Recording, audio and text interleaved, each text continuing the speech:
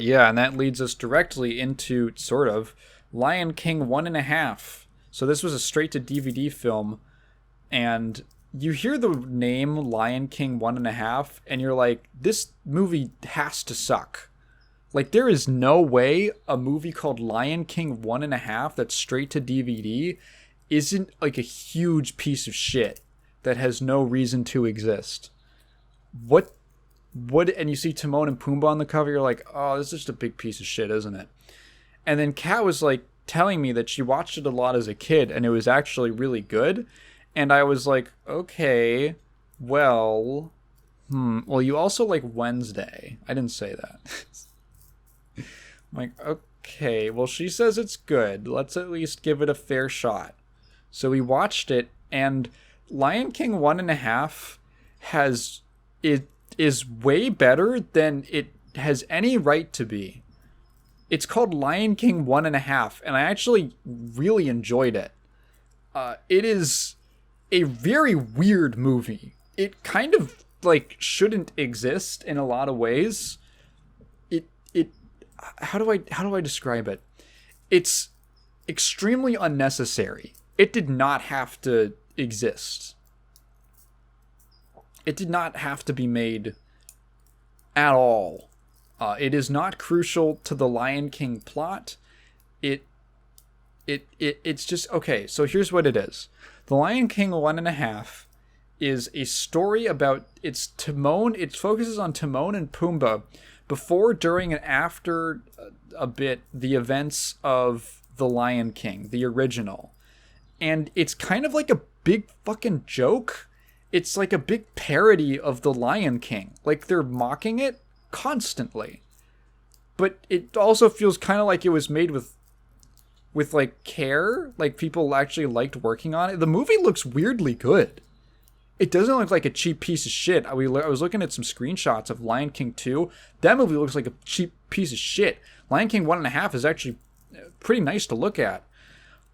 So the idea is, it's like, where did Timon and Pumbaa come from? How did they meet? What were they doing? There's this whole bit about how they were actually in The Lion King the whole time, not just their segment, like after the Stampede scene.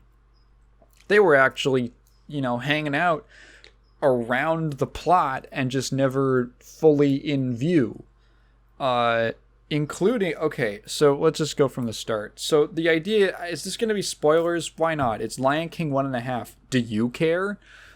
So the main character really is Timon.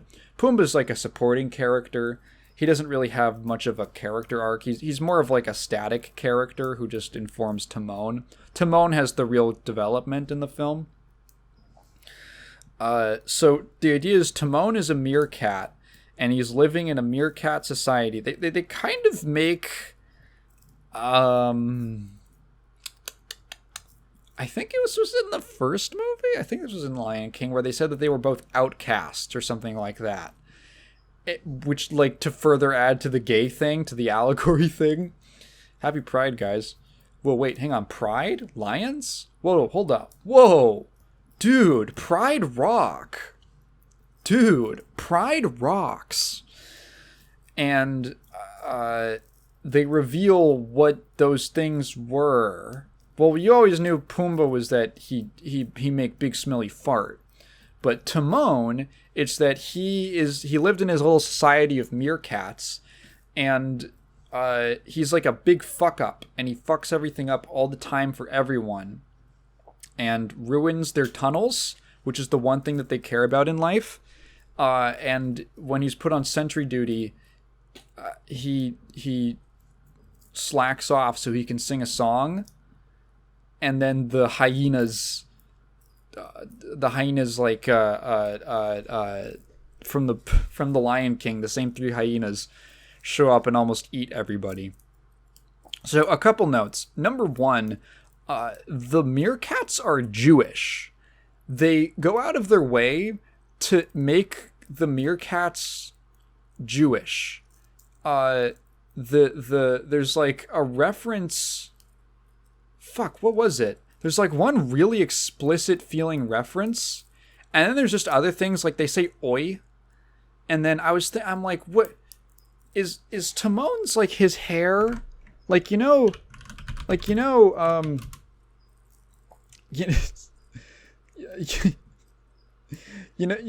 Timon's hair with like he's technically all hair, right? But he's got like the bit on top, like the red. I'm like, is that supposed to be a yarmulke? And his little ears that are like low down. I'm like, is that like the side like braided hair? Is Timon supposed to be like a Hasidic Jew Meerkat? Is that what this is? Is that what he's supposed to be? Hasidic Jewish rapper coming to Grenville. I'm just looking at pictures of Hasidic Jews right now. Because I'm like, they do have that hair, right? Yeah, they do. Who is this guy? I didn't realize that they grew their hair into like these little hats. That's really funny. Like their hair is the hat. The hat is the hair. There's a couple guys really, really growing it out. It looks like when you like trim shrubbery into shapes. Anyway, so he's like a Jewish meerkat, and that's why when I did an impression of him earlier, I made him talk about the mezuzah.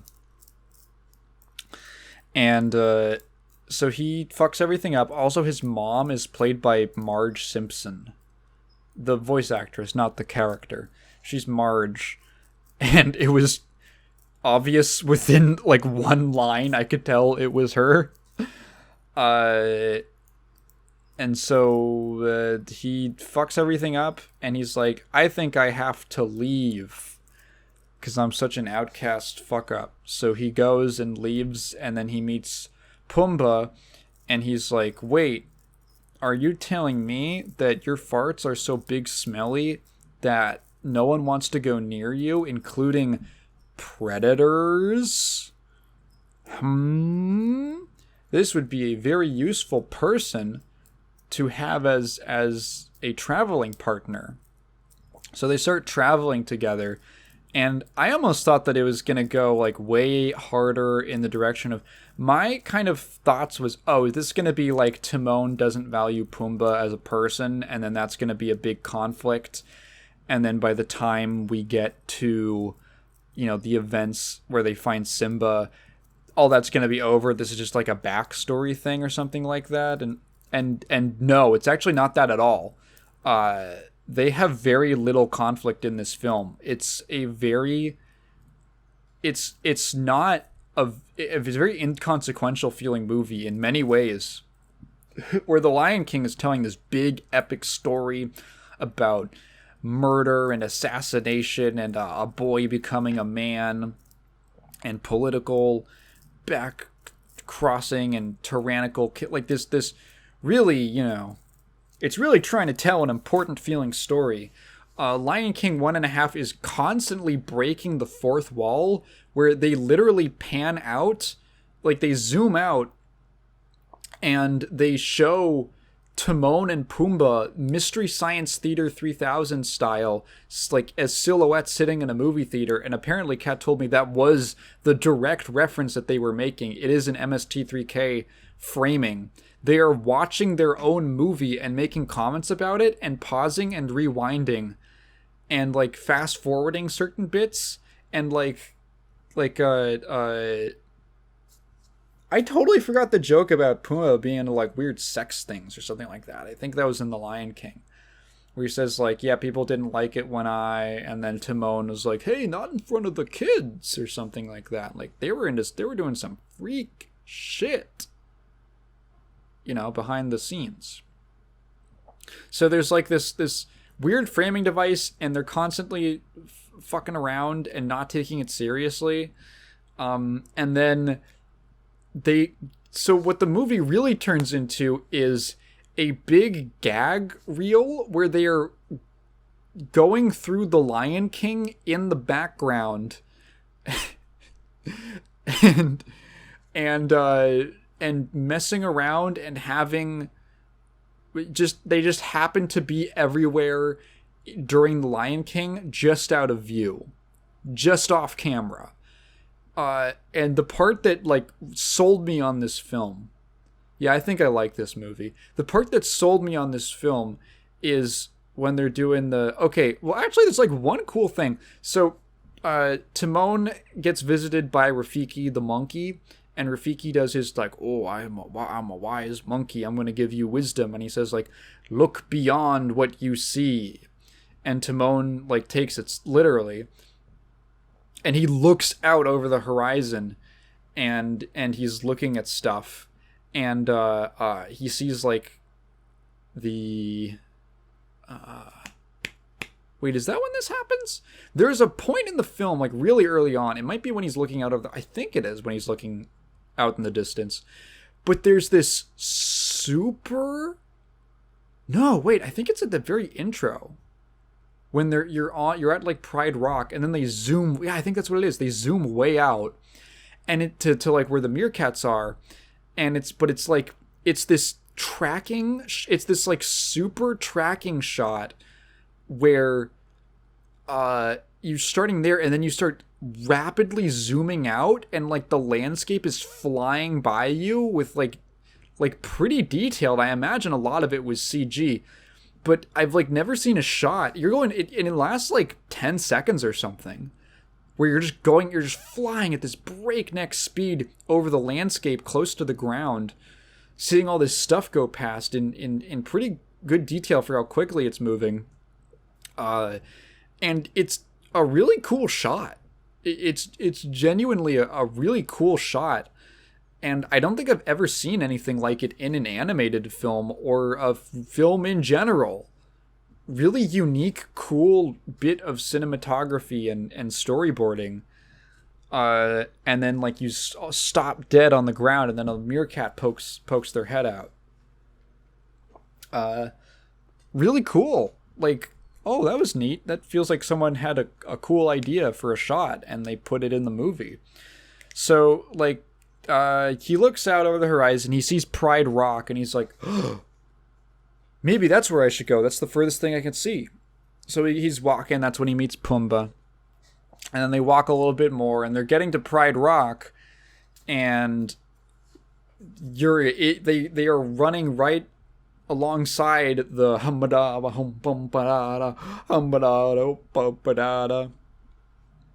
and all the animals are gathered.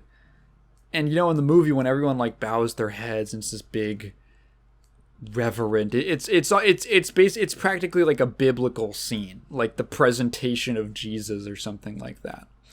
That's basically what's going on. The sun, I mean, fucking Mufasa has this whole God parallel.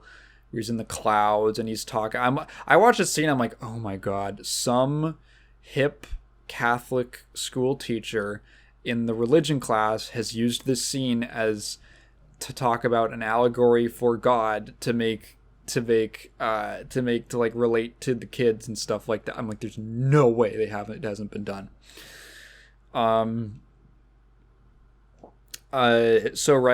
So what's happening is they're walking through, and Pumbaa's like, I really don't like crowds. Oh, geez, I get a little nervous when I'm going through a crowd. And he's so nervous that he makes big stinky fart. And the fart is so bad that all the animals start passing out. And it's revealed that in the Circle of Life sequence from the original Lion King, the animals are not bowing their heads in reverence. They are passing out because they smelled Pumbaa's big stinky fart. That's what's happening in that scene. I couldn't believe it. It's so awesome. It's so fucking funny. And disappointingly, there is very little like recontextualization in the rest of the film. I really wish the whole thing, I wish it went harder on that stuff of just fucking ruining the Lion King. I think that's so funny to have the Lion King this like massively successful, one of their biggest films of all time, incredibly like culturally huge, iconic film. The soundtrack did numbers. It has a musical on Broadway that's been running for forever. It's 10-year anniversary, and for the 10-year anniversary, you release a straight to DVD piece of shit that just fucks with the whole movie, that just takes a shit on it. It's so goddamn funny, and I say that as somebody who actually realized that I really like the original Lion King. I think that's so funny, and I wish they'd gone harder with it. But most of the movie is actually just them adding just a parallel storyline to the Lion King. So, oh geez, there's too many people here. Let's go find a watering hole. Actually, there is a little bit more. Let's go find. They find this little watering hole. They make little beds. There's a funny joke where Pumbaa has been very sweet and he's made 2 beds. There's a little one for Timon and a big one for him.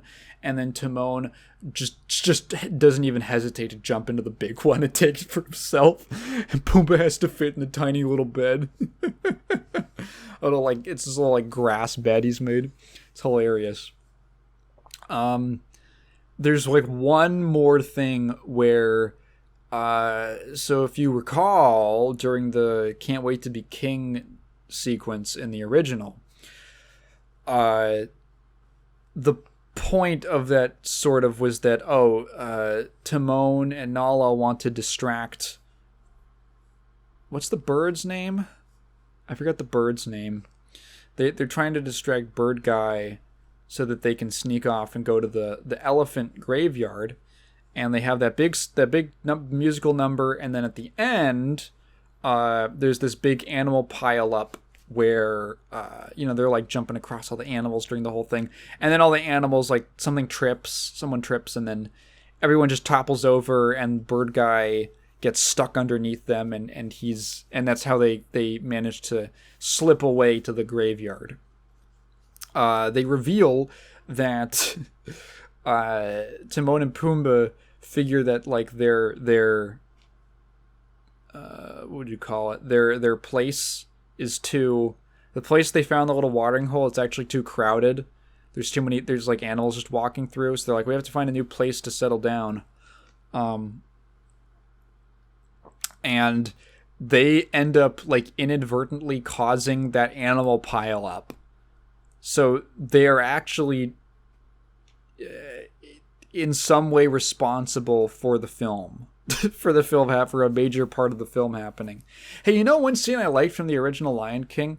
I really liked the scene where after the elephant graveyard bit, where Mufasa is talking to Simba, and he's really stern with him. He's really stern, and he's he's really responsible, and he's it wasn't just that you put yourself in danger, you put Nala in danger. That was super uncool of you. And Simba's but I was trying to be brave, and Mufasa's teaching him the difference between being brave and being a goddamn idiot. And he says it nicer. He says I'm only brave when I have to be. You don't I don't want to just cause problems and start shit, because no one wants that.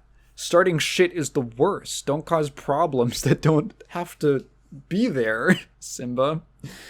And he really lays it on for a bit, right? For a little bit. And then you can tell that Simba gets it, and he puts his head down. And Mufasa realizes, he knows at that point, he's okay, he gets it. It's been enough, And ultimately, he says it was the reason he's so angry is because he fucking loves Simba.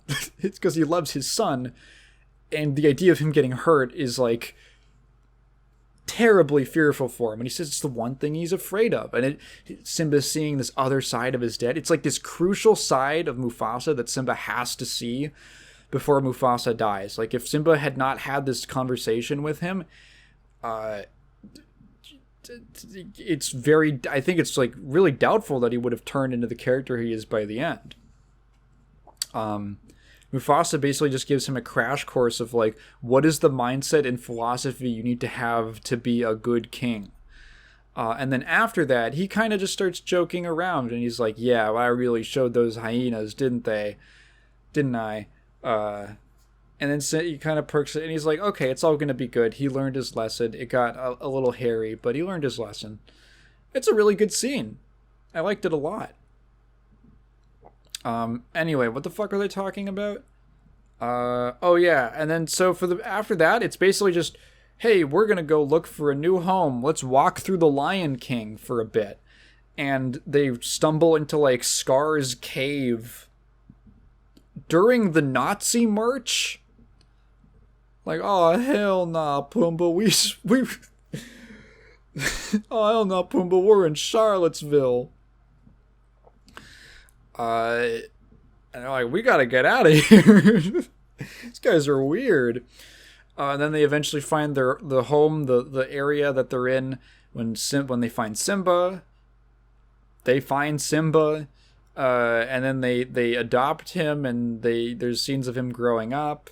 You get a little bit of Simba as like a teenager, and I really don't like it. I don't like it at all. The voice, which is weird. Hang on, I gotta look this up. Lion King 1.5. Cat says that it's the same guy. Matthew Broderick. Jerry Stiller plays Timon's uncle? Really? That's funny. Yeah, Matthew Broderick. He is Simba in the original. Dude, I don't know what it is, but Matthew Broderick, he's 5'8". What a little guy.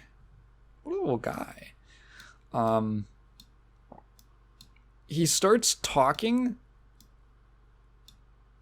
and I hate his voice. It gives me the fucking heebie-jeebies. It's like gross. I don't know what it is, because I didn't have a problem with adult Simba in The Lion King, but for some reason in this film, his voice just, I do not like it. It's, I do not like it when he's teenage Simba. Maybe, I don't know if he's like doing something with it, because then when he's older, later in this same movie, it's fine again. But I don't know what it is, but I did not like that. I did not like that at all. And then, then it's just like, the conflict is so, there's a I was actually glad that the movie, okay, so the only conflict that exists in the film is Simba leaves, and Pumbaa's like, we gotta go help him, and Timon's like, hey, I think I'll just take a nap here, because I'm a lazy little meerkat. And Pumbaa's like, wow, that's not cool, we raised him. And he's like, no, but like, he's gonna go be a king? That's not Hakuna Matata. That's Hakuna Ma-fucked up. And Pumbaa's like, huh. And he leaves. And then I'm really glad that they didn't do, it wasn't like Shrek, where they linger on it for like 10 minutes, and it's this whole big part of the movie. Timon spends maybe a solid minute, maybe 30 seconds, thinking about it, and then decides to go join Pumbaa. Because like, yeah, like they do not even pretend. Like, it's there just to have a little character arc for Timon, for him to, I don't know, value his friends or something, or like, I don't know, it's so whatever. And then they go do end of Lion King stuff, but in the background, where it's like, oh, they were fending off the hyenas and stuff like that. There's this whole sequence in the middle. When I say that like the whole movie is like a big piece of shit joke, there's this whole scene where they're like, it's where the whole bit where they're still looking for their home, for a new home, and they're on like a little stream, and there's like a waterfall that is like the most predictable waterfall. I'm like, oh, okay, it's gonna be a waterfall at the end of the river, isn't there?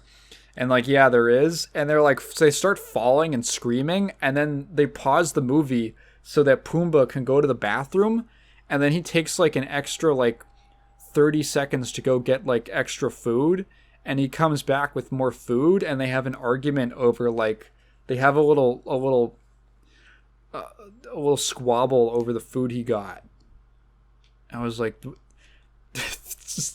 it's like the movie does not want you to have investment in it. It is a big piece of shit, and it's having fun. And when I say it's better than it has any right to be, I really do mean it. It's like the most lovingly crafted joke that shits all over the original, in the best way. And I really appreciate it. I actually like it quite a bit. I think Lion King 1.5, and it's really short, it's like 70 minutes. Lion King 1.5, shockingly good.